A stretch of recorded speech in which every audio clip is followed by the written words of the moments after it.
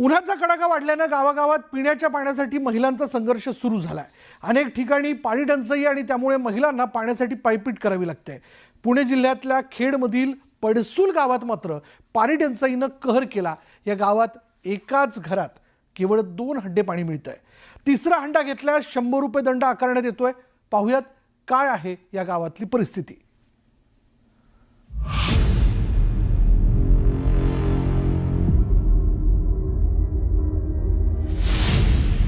रणरणत्या उन्हात काट्याकुट्यांच्या वाटेवरून हंडाभर पाणी घेऊन जाणाऱ्या या बाया बापड्या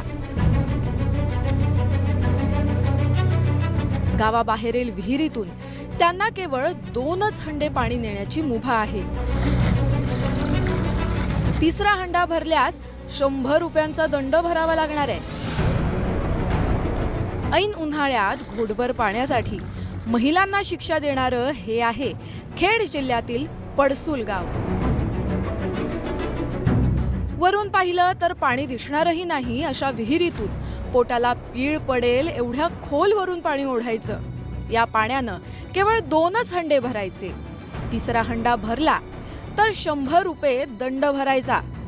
त्यामुळे महिलांना आता पाणी पिण्यासाठीही पैसे मोजावे लागतायत। गेल्या 3 पिढ्यांपासून या गावात पाणी टंचाईची समस्या कायम आहे।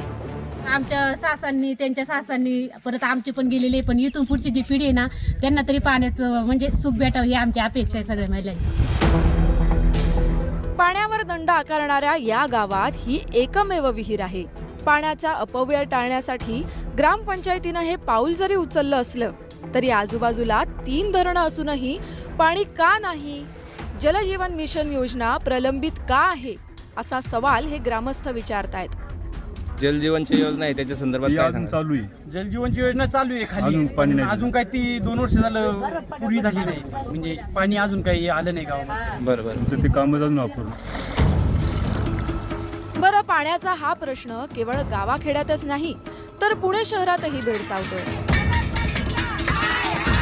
पुण्यातील खराडी चंदननगर भागातील महिलांनी पाण्यासाठी शासनाविरोधात धडक मोर्चा काढला।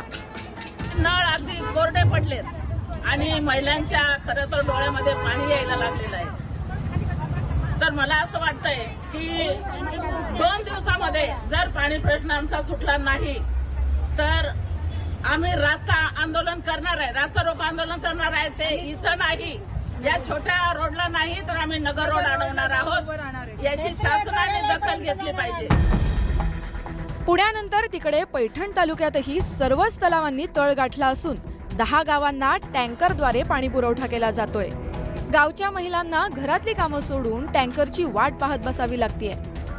राज्यातील पाणी टंचाईच्या पार्श्वभूमीवर सरकारनं उपाययोजना सुरू केल्याचं जलसंपदा मंत्री सांगतायत। पिण्याच्या पाण्याच्या माध्यमातून महाराष्ट्र राज्याचं या ठिकाणी नियोजन करण्यात आलेलं आहे। जवळपास आतापर्यंत मी तपास केला तर जवळपास 100च्या आसपास टँकर आतापासून सुरू झालेले आहे आणि पुढच्या काळामध्ये पाण्याची पातळी जर पाहिली तर दिवसेंदिवस घसरत असल्यामुळे टँकरची वाढ होईल असं या ठिकाणी दिसतंय।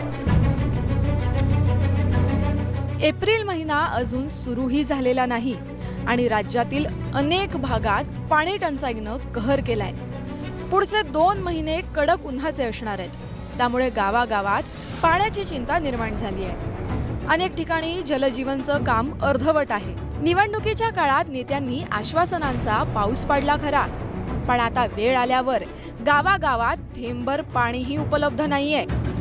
त्यामुळे या नेत्यांना आश्वासनांची आठवण करून देण्याची वेळ आली आहे। Bureau report, news 18 Lokmat.